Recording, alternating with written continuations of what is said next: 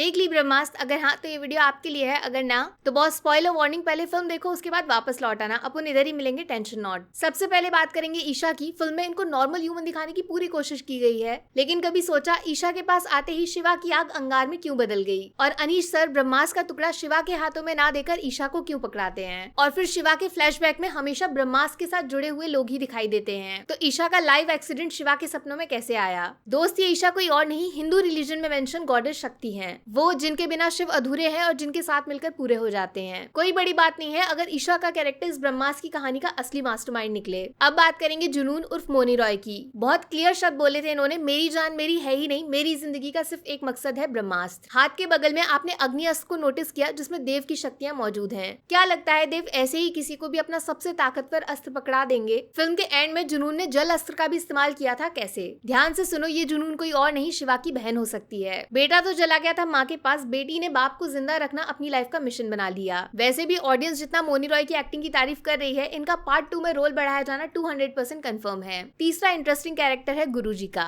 शिवा को कहानी बताते टाइम गुरुजी ने बोला था कि वो अमृता और देव के साथ ब्रह्मांश ग्रुप के मेंबर थे। काफी चांसेस है पार्ट 2 में इनका पास्ट भी रिवील होगा, जिसमें इनका कैरेक्टर देवेंदु भैया प्ले कर सकते हैं। और सुनिए, गुरुजी पे ज्यादा भरोसा करना सेहत के लिए हानिकारक हो सकता है। जी हाँ, 99% चांसेस है कि ये बंदा कहानी का असली विलन होने वाला है, जिसकी वजह से अमृता और देव अलग हो गए, बाद में इनके बीच युद्ध भी हुआ। अब आ जाते हैं ब्रह्मास्त्र पार्ट 2 के सबसे इंपॉर्टेंट कैरेक्टर देव की तरफ। कौन है ये? दिमाग में सवाल घूम रहा होगा। देखो, देव का डायरेक्ट रेफरेंस महादेव की तरफ ही है, जिनके पास पावर है डिस्ट्रक्शन और क्रिएशन की। ये नई दुनिया शुरू करने के लिए पुरानी वाली को खत्म कर सकते हैं। बस कुछ ऐसा ही काम देव भी करना चाहता है, लेकिन क्यों? सबसे पहले तो देखो, ये कोई और नहीं अपने शिवा के पापा हैं, इतना तो समझ गए होंगे। अमृता जो शिवा की माँ है, जिनकी छोटी सी झलक फिल्म में हमें दिखाई गई थी। उनकी और देव की जोरदार लड़ाई हुई थी, जल अस्त्र वर्सेस अग्नि अस्त्र। उसके बाद दोनों हमेशा के लिए अलग हो गए, इतना हमें बताया गया। देखो, पॉसिबिलिटी है कि देव को ब्रह्मास्त्र मिल जाता है और वो उसकी शुरुआत भी कर देता है, लेकिन बीच में अमृता उसके टुकड़े कर देती है। ब्रह्मास्त्र से छेड़छाड़ करने की वजह से भगवान का श्राप लगेगा, जिसमें दो ऑप्शन मिलेंगे, या तो मामूली जिंदगी चुन लो बिना किसी पावर के, या फिर मौत। अमृता ने अपनी पावर को छोड़ दिया और अपने बच्चे को लेकर वापस एक नई जिंदगी में लौट आई, लेकिन देव अपने अस्त्रों के साथ वहीं खड़ा रहा और देवताओं के श्राप की वजह से धीरे धीरे उसका पूरा शरीर पत्थर का बन गया।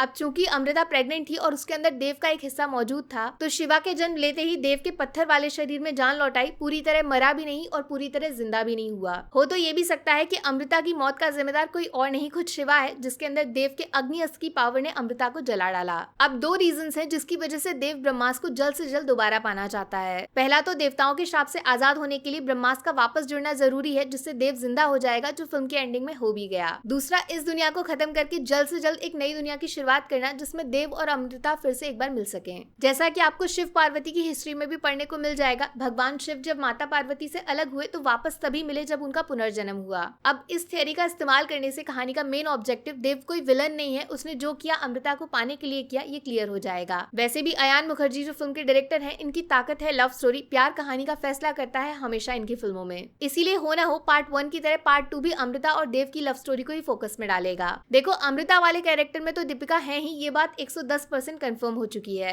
लेकिन जो देव वाला कैरेक्टर है उसके लिए अभी दो नामों के बीच में कंफ्यूजन है। 90% तो ये रणवीर सिंह ही होने वाले हैं। Deepika Ranveer real life couple reel में भी साथ हो जाएंगे, जोड़ी खूब जमेगी। लेकिन बचा हुआ 10% ऋतिक रोशन की तरफ इशारा करता है, अभी हाँ या ना कंफर्म नहीं है, वो भी फिल्म में हो सकते हैं। और एक इंटरेस्टिंग चीज बताऊं, थोड़ा गौर फरमाइएगा, अपने हिंदू रिलीजन में त्रिमूर्ति सबसे सुप्रीम है। ब्रह्मा तो हो गए क्रिएटर, मॉडर्न जमाने में साइंटिस्ट बोले तो SRK वाला कैरेक्टर। विष्णु हो गए प्रोटेक्टर, जी हाँ, नागा अर्जुन सर, जिनके अंदर नंदी की शक्ति मौजूद है। और तीसरा शिवा द डिस्ट्रॉयर, देव वाला कैरेक्टर, जिनका गुस्सा पूरी दुनिया जला सकता है। एक्साइटेड हो जाइए, क्योंकि ब्रह्मास्त्र पार्ट 2 में ये त्रिमूर्ति वाले कॉन्सेप्ट को भी जरूर एक्सप्लोर किया जाएगा। SRK का young version Naga Arjun sir के बेटे नागा चैतन्य आ सकते हैं। रणवीर तो देव बनने जा ही रहे हैं, और कहानी के असली विलन अपने मुन्ना भैया। अब आप बताओ, आपके हिसाब से ब्रह्मास्त्र पार्ट 2 में इसके अलावा और क्या हो सकता है? कोई क्रेजी फैन थ्योरी जो दिमाग में घूम रही हो, नीचे कमेंट मार के जरूर शेयर करना। बाकी वीडियो में कुछ पसंद आया हो या फिर कुछ शिकायत करनी हो तो मैं आपको इंस्टाग्राम पे भी मिल जाऊंगी, वरना थोड़ा सा इंतजार करिए, मिलूंगी आपसे अगले वीडियो में। Take care, bye bye.